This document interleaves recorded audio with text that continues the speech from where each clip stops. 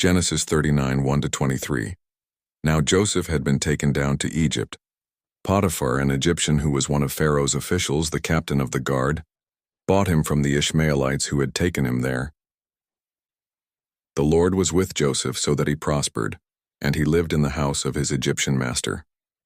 Well, when his master saw that the Lord was with him and that the Lord gave him success in everything he did, Joseph found favor in his eyes and became his attendant.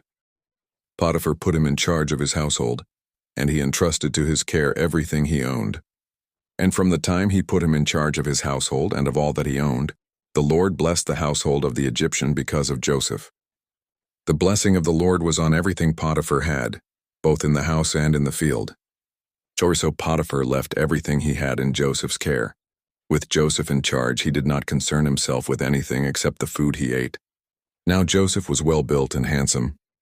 And after a while his master's wife took notice of Joseph and said, "Come to bed with me." But he refused.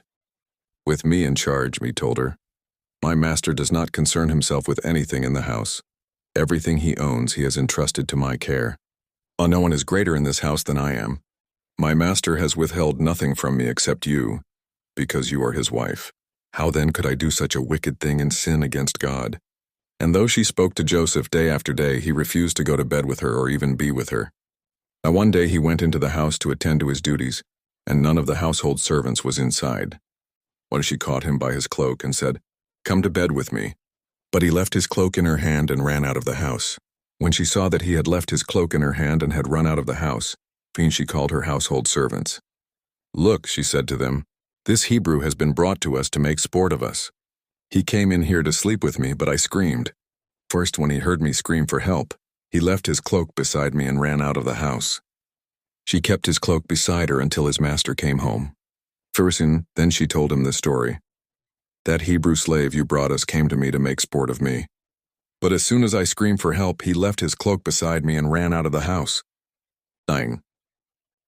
When his master heard the story, his wife told him, saying, "This is how your slave treated me."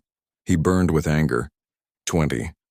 Joseph's master took him and put him in prison, the place where the king's prisoners were confined. But while Joseph was there in the prison, the Lord was with him.